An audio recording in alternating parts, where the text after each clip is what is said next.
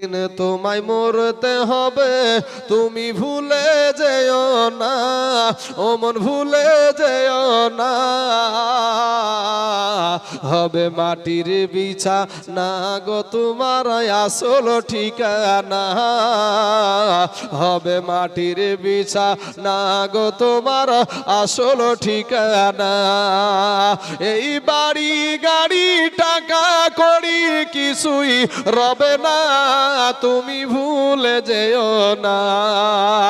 একদিন তোমায় মরতে হবে, তুমি ভুলে যেও না, ও মন ভুলে যেও না। হবে মাটির বিছানা গো তোমার আসল ঠিকানা। ও গো খালি হাতে এসেছো তুমি, যাবে খালি হাতে, শুধু একটি সাদা কাফন যাবে তোমার সাথে।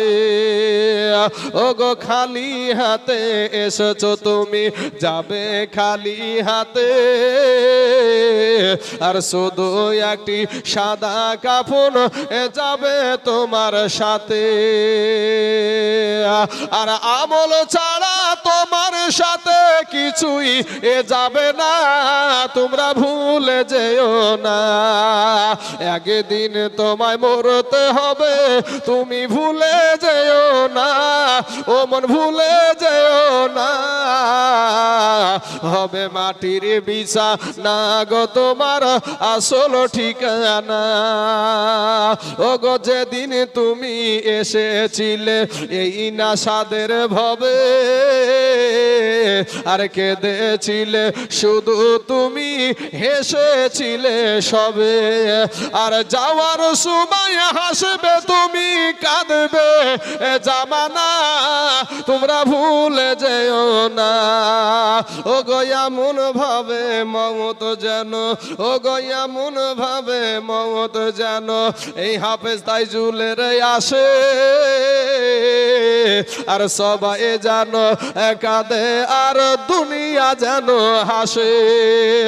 আর কালমা পড়ার সাথেই যেন বেরোই এ জানখানা, তোমরা ভুলে যেও না। একদিন তোমায় মরতে হবে, তুমি ভুলে যেও না। হবে মাটির বিছানা গো তোমার আসল ঠিকানা। বহুত পুরাতন গজল বাবাজি। তো যে বিষয়টা মরণ থেকে আমরা পালাতেই আছি, কিন্তু একদিন না একদিন আপনাকে মরতেই হবে। বাঁচবো বলে আজকে হসপিটালে হাজার হাজার হাজার হাজার টাকা আমরা দিয়ে থাকি, অপারেশন করি, আমরাও করি, আমিও করি।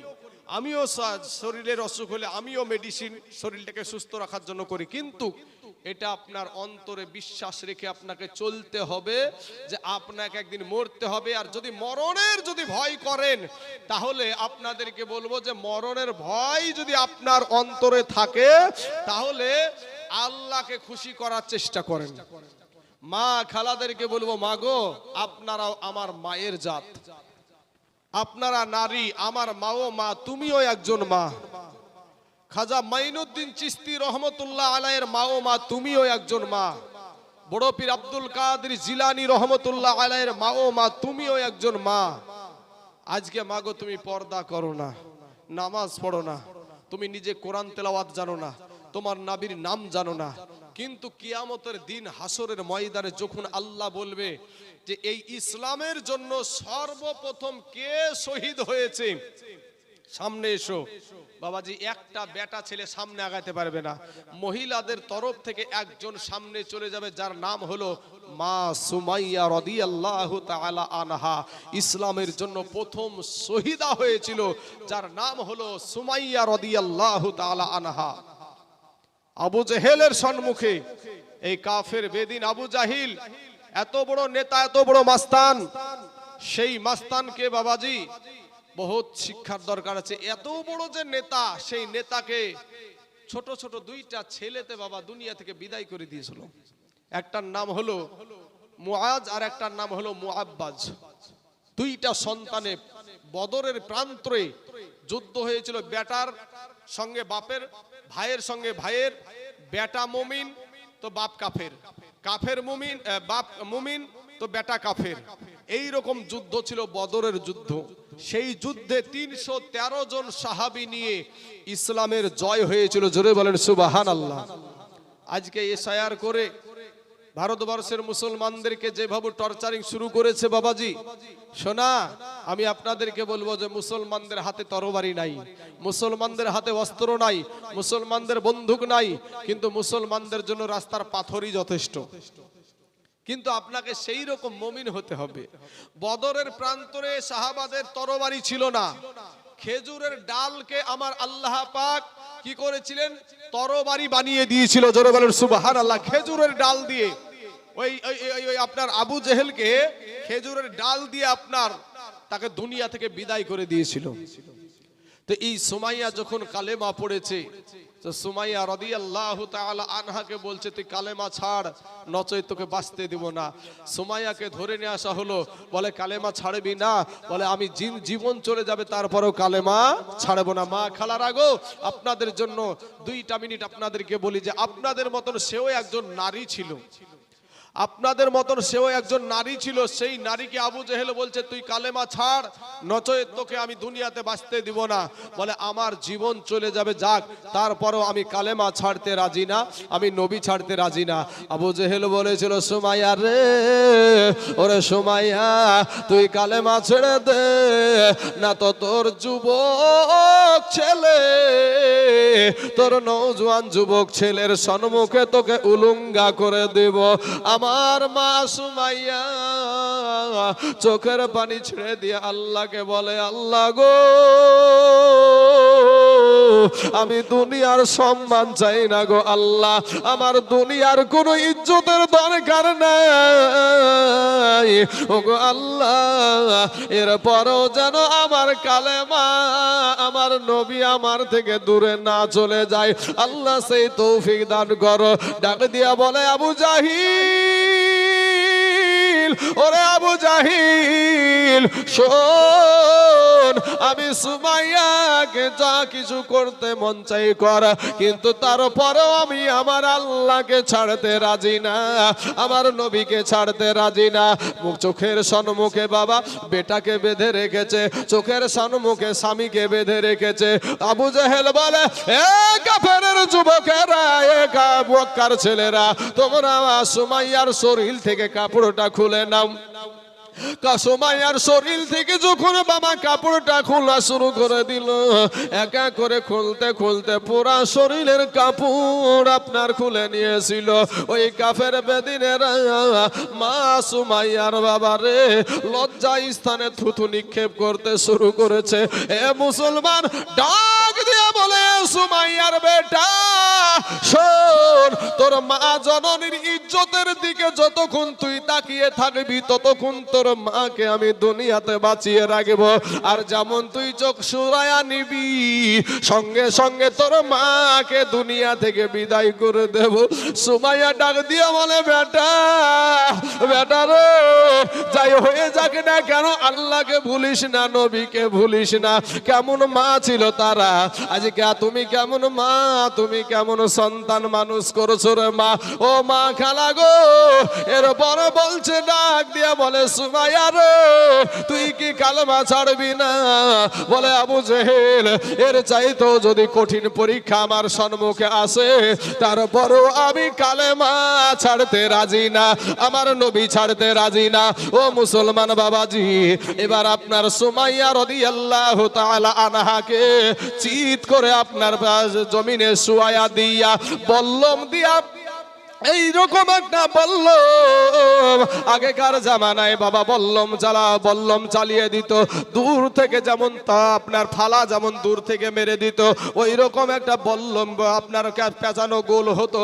ওইটা দিয়ে বাবা রে সুমাইয়া রাদিয়াল্লাহু তাআলা আনহার চারদিকে যখন পা হাত পাকে টেনে ধরেছে, আমার মা সুমাইয়া একটা ডাক দিয়ে বলে, আল্লাহ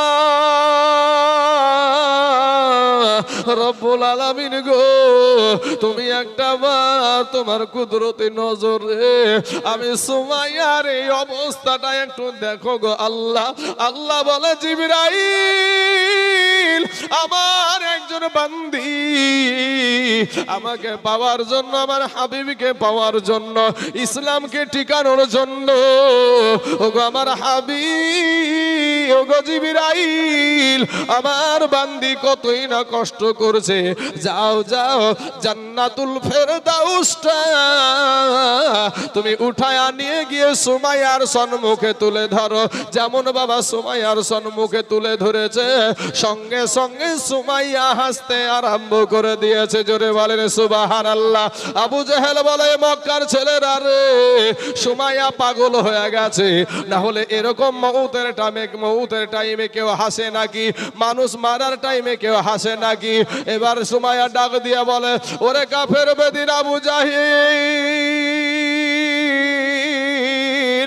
শোন রে শোন, আমি তোর মারের ভয়ে হাসি নাই, আমি পাগল হয়ে যাই নাই।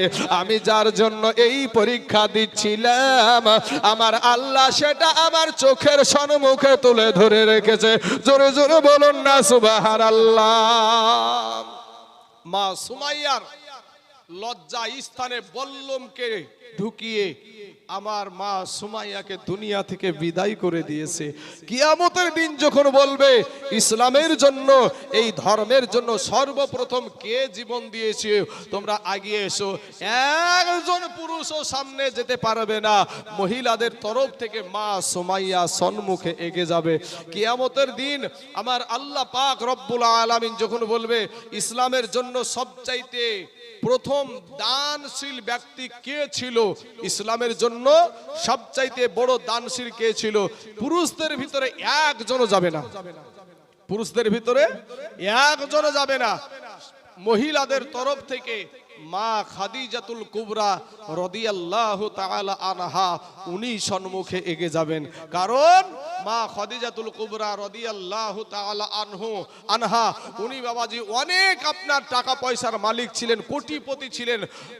মক্কার 10টা ধনী ব্যক্তির মধ্যে মা খাদিজাতুল কুবরা রাদিয়াল্লাহু তাআলা আনহা একটা ধনী ব্যক্তি ছিলেন।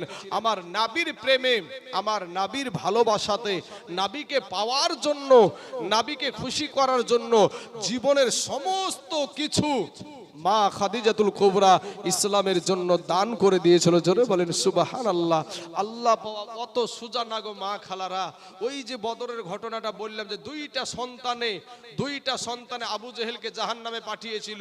ওই যুদ্ধে আল্লাহর নবী সাহাবীদের থেকে কিছু আপনার হাদিয়া চেয়েছিলেন যে তোমরা যে যা পারবা দান করো যুদ্ধে যাওয়ার জন্য। তো একজন মহিলার কাছে কিছু ছিল না, একটা মায়ের কাছে কিছু ছিল না। আর যারা মা বোনেরা ছিল, কেউ কানের জিনিস, কেউ গলার জিনিস, কেউ হাতের জিনিস, কেউ নাকের জিনিস আপনার নবীর দরবারে দিয়েছে। কিন্তু একটা মায়ের কাছে, একটা মহিলার কাছে কিচ্ছু ছিল না। এমতো অবস্থায় তার 2 বছরের একটা সন্তানকে নিয়ে গিয়েছিল। 2 বছরের একটা সন্তানকে নিয়ে গিয়ে বলছে, ইয়া রাসূলুল্লাহ, ইয়া হাবিবাল্লাহ, নবী গো, আপনি যুদ্ধে চলে যাবেন গো নবী, আপনি যুদ্ধ চলে যাবেন, আমার আপনাকে দেবার মতন কিছু নাই, আমার বাড়িতে কোনো টাকা পয়সা নাই, আমার বাড়িতে ধন দৌলত কিছু নাই। ওগো নবীজি, একবেলা খাবারও নাই, আমার কিছু দেবার মতন শক্তি নাই। তবে নবী গো, আমার এই দুধের বাচ্চাটা, আমার এই শিশু সন্তানটাকে আপনি কোলে করে নিয়ে যান।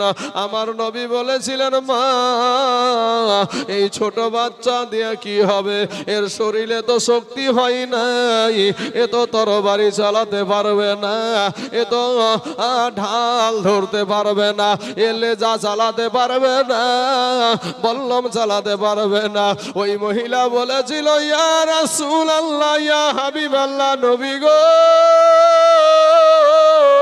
ওগো নবীজি, আমার সন্তান তরবারি চালাতে পারবে না, এটা সঠিক, আমার সন্তান বল্লম চালাতে পারবে না, এটা সঠিক, আমার সন্তান ঢাল ধরে থাকতে পারবে না, এটা সঠিক।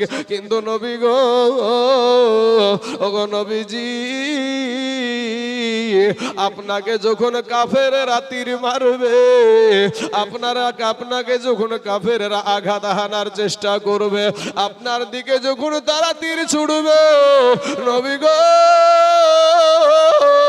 আমার এই সন্তানটাকে আপনার সম্মুখে ধরবেন, আমার সন্তানের শরীরে তীর লাগবে, আমার সন্তানের শরীরে তীর লাগবে, সেটা আমি সহ্য করতে পারবো, কিন্তু দিনের নবীকে তীর লাগলে সেটা সহ্য করতে পারবো না। জোরে জোরে বলুন না সুবহানাল্লাহ।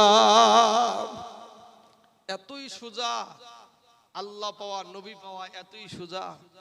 কেন বাবা, কি কারণে মাথা নত করি না? কি কারণে? 10 কাঠা জমি পাওয়ার আশায়, কুপিলিয়া বিলপাড়াতে 10 কাঠা জমি পাওয়ার আশায় না।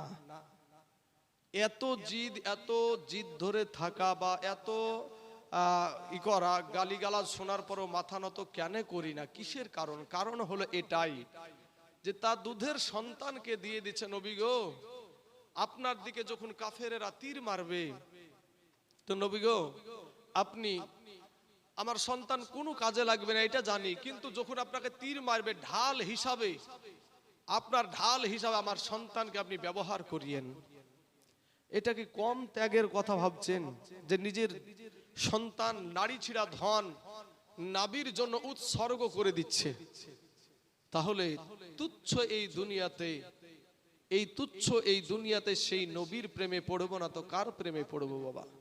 আজকে যারাই যাকে ভালোবাসে সবাই স্বার্থের ভালোবাসা, স্বার্থ ছাড়া কেউ কাউকে ভালোবাসে না। অনেক সন্তান দেখবেন মা সন্তানকে আলাদা করে দেয়, এরকম সংসার আমাদের সমাজে আছে না নাই গো চাচা? অনেক আছে। সন্তানেরা মা বাপকে আলাদা করে দেয়, সন্তান বাপ মা থেকে ভিন্ন হয়ে যায়, ভাই ভাইকে আলাদা করে দেয়। নিজের বিবি যদি স্বার্থে আঘাত লাগে তাহলে বাবা লালবাগের লাল ঘর পর্যন্ত দেখিয়ে দিবে। স্বার্থে যদি আঘাত লাগে লালবাগের লাল ঘর পর্যন্ত আপনাকে দেখায়া দেবে। আপনি যায়া দেখেন কোর্টে, মহিলাদের মাস্তানি দেখলি আপনার মাথা খারাপ হয়ে যাবে। এখন সব জায়গাতে মহিলাদের মাস্তানি। ওনে নারী জাতি কমলতি, ই নারী জাতি কমলতি কিবা মন্ত্র জানে, আর প্রেমের রশি গলায় দিয়া আস্তে আস্তে টানে। শহরে বাজারে দেখো নারীদের ঢল, আর পর্দাবিহীন চলে তারা করে ঝলমল। এ নারীরা নিজেকে আশেকি বানায়, এ দেশটায় আজ ধ্বংস হলো নারীর বেপরদায়। আমার দয়ার নবী যে আদর্শ মা বোনেদেরকে দিয়ে গেছে, সেই আদর্শ যদি এখনো মেনে চলে তো সেই নারীকে সমাজের সমস্ত মানুষ প্রাধান্য দিয়ে চলে, সবাই সম্মান করে, ইজ্জত করে। কিন্তু বাবাজি একটা টাইট শার্ট পরে মুখে ওই আপনার বান্দরের পাছা গালা থাকে না গো, বান্দরের পাছা দেখেন চাচা, বান্দরের পাছার মতন ঠুট গলাকে করি আর টাইট পোশাক পরি আর জিন্সের প্যান্ট পরে যায় একটা মহিলা, আর একটা মা ঢিলা ঢালা যদি একটা বুরখা পরে যায়, বলেন মা বলে সম্মান কাকে দিবে? ওই টাইট ফিটকে না এই বুরখা পরাটাকে? তাহলে সম্মান নবী যে আদর্শ দেখাচ্ছে ওটাতেই সম্মান পাওয়া যাবে। এই বান্দরের পাছার মতন মুখ করে নিয়ে যেয়ে কোনো লাভ নাই। ভাবছে যে আমি বান্দরের পাছার মতন মুখখান করেছি, খুব ছেলেপিলি লেলিয়ে পড়ছে, তোর কি বলবা থাক। আল্লাহ এদেরকে হেদায়েত দান করুন, সকলে বলেন আমিন। যে সমস্ত মহিলারা এইগুলোর সাথে জড়িত আমি তাদেরকে বলবো যে আপনারা ফিরে আসেন, তওবা করে আল্লাহর কাছে ক্ষমা চান। আমার আল্লাহ অতি দয়ালু। এই দুনিয়াটাই যৌবনের বাহাদুরি, রূপের বাহাদুরি।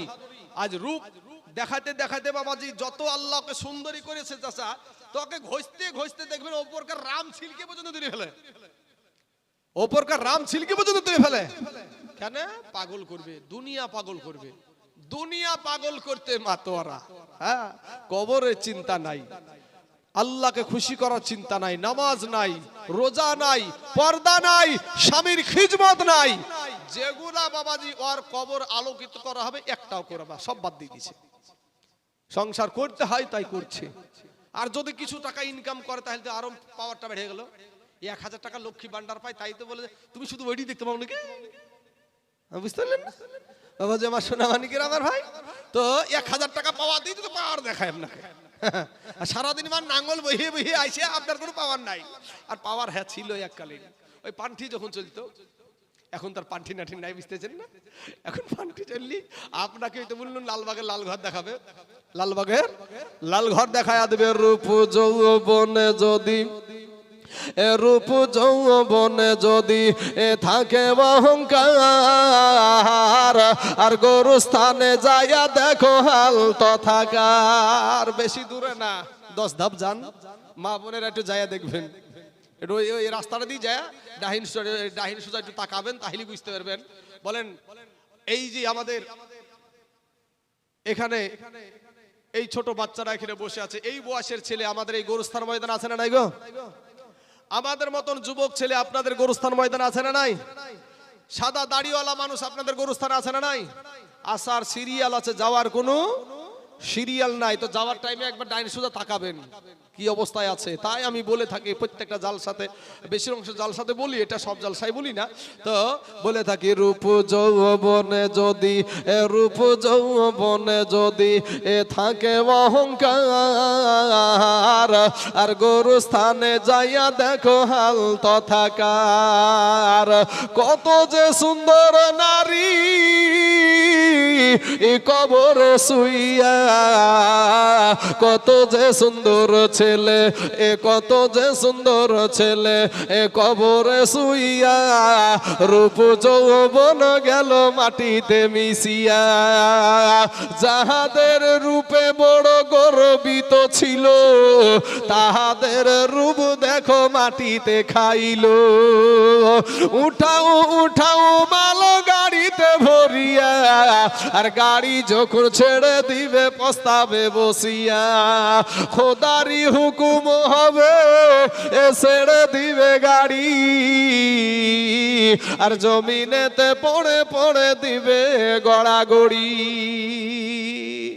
বাপ আমার মা জননীদেরকে বলবো, মা গো আমি একটা মায়ের পাগল, আমার মাকে নিয়ে আমি যেমন খিজমত করি, তোমার সন্তানকে এমন ভাবে মানুষ করো যাতে তোমার সন্তানও তোমার খিজমত করে। তোমার সন্তানটা এমন শিক্ষায় শিক্ষিত করো যাতে তোমার সন্তান তোমাকে মা কি জিনিস এটা বুঝতে পারে, বাবা কি জিনিস এটা বুঝতে পারে। তোমার সন্তানকে তুমি বড় করছো ঠিক আছে, যে শিক্ষায় শিক্ষিত করছো ঠিক আছে, কিন্তু তোমার সন্তানকে বেয়াদব বানিও না, তোমার সন্তানকে বেয়াদব বানিও না। আমার মা জননীরা, আমার ভাইয়েরা, আমি আপনাদেরকে বলেছিলাম যে একটা ছোট্ট একটা ঘটনা বলি, আমি আপনাদের বক্তব্যটা শেষ করব। সেটা হলো যে আল্লাহকে পাওয়ার জন্য, নবীকে পাওয়ার জন্য এই আজকে আমরা শবে বরাতকে প্রাধান্য দিই না, লাইলাতুল কদর অর্থাৎ 27শে রমজানকে আমরা প্রাধান্য দিই না, আপনার রমজান মাসের শেষ 5 দিন বেজোড় রাত্রিগুলোকে প্রাধান্য দিই না।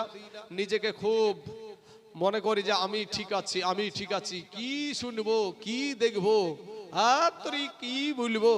কিন্তু বাপ এই অহংকারটা, এই তাকাব্বর থাকার কারণে আপনার জিন্দেগির আমল বরবাদ হয়ে যাবে, জিন্দেগির আমল বরবাদ হয়ে যাবে।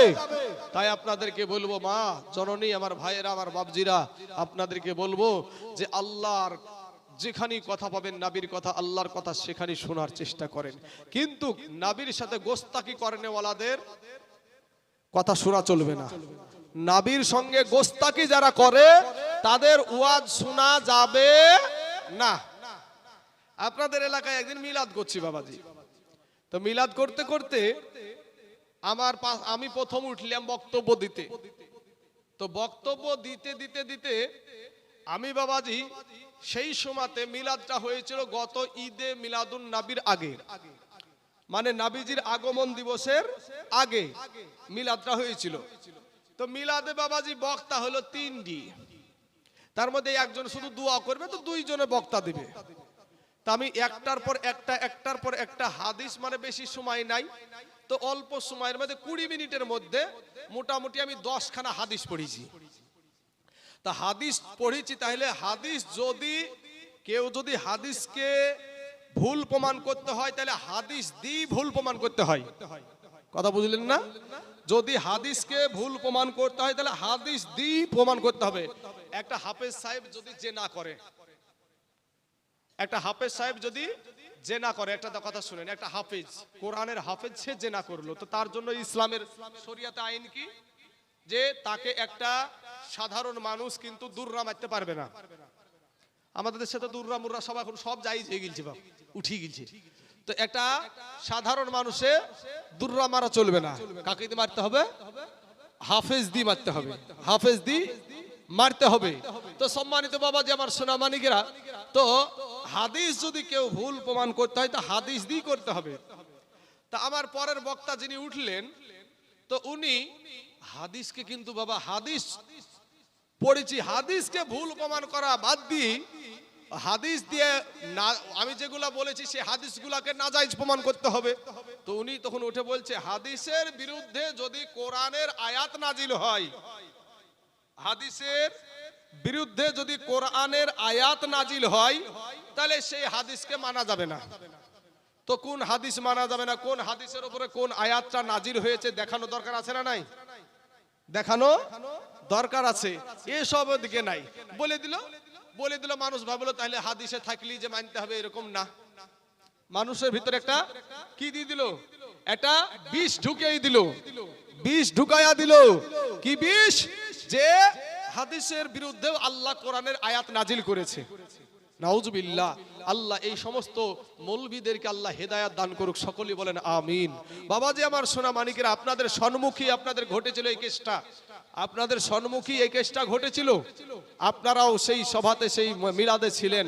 তাই বলি যারা নবীর সাথে গোস্তাকি করে তাদের ওয়াজ শোনা চলবে না, তাদের ওয়াজ শোনা চলবে না। যারা হযরতে আলীকে মদখোর বলে, যারা আপনার মা খদিজাতুল কুবরাকে ইন্ট্রাক্ট বলে, আপনার মা খদিজাতুল কুবরাকে নিয়ে অনেক রকমের মন্তব্য করে, এই চাচা এগুলো একটু বন্ধ রাখেন না। ওই বাস,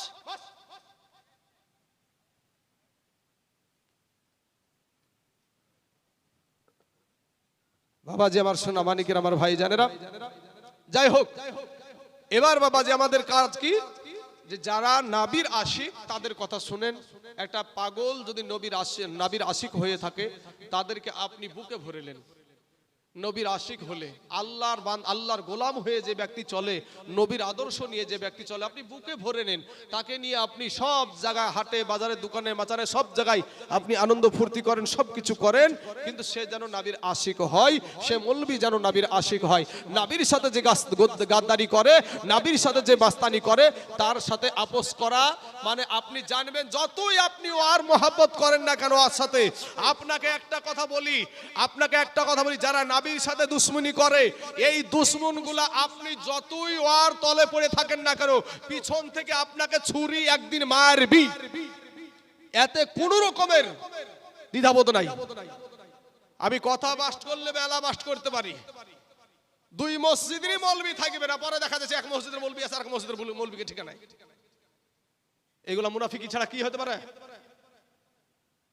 বাবা হক কথা বললে রাগ হয়ে যায়, কিন্তু আমি এই হক কথা বলি তার জন্য বাবা যে আমাকে সবাই গালি দেয়, কিন্তু মুনাফিককে আমি দেখতে পারিনি, কারণ মুনাফিক হলো জাহান্নামী ব্যক্তি। সম্মানিত আমার বাবাজি ভাই, আল্লাহকে পাওয়ার জন্য, আল্লাহকে যদি পেতে হয় তাহলে তাকওয়ার সহিত নামাজ পড়েন, যদি আল্লাহকে পেতে হয় নবীর আদর্শের মালা পড়েন, ঠিক আল্লাহ পাক রব্বুল আলামিন আপনাকে দয়া করবে, আপনাকে হেফাজত করবে। সম্মানিত বাবাজি আমার ভাই জানেরা, আমার আব্বা জানেরা, যদি আপনাদেরকে কোনোদিন আবার যদি ওই ঘটনাটা আমি আর তুললাম না, যেহেতু অনেকটা সময় লেগে যাবে।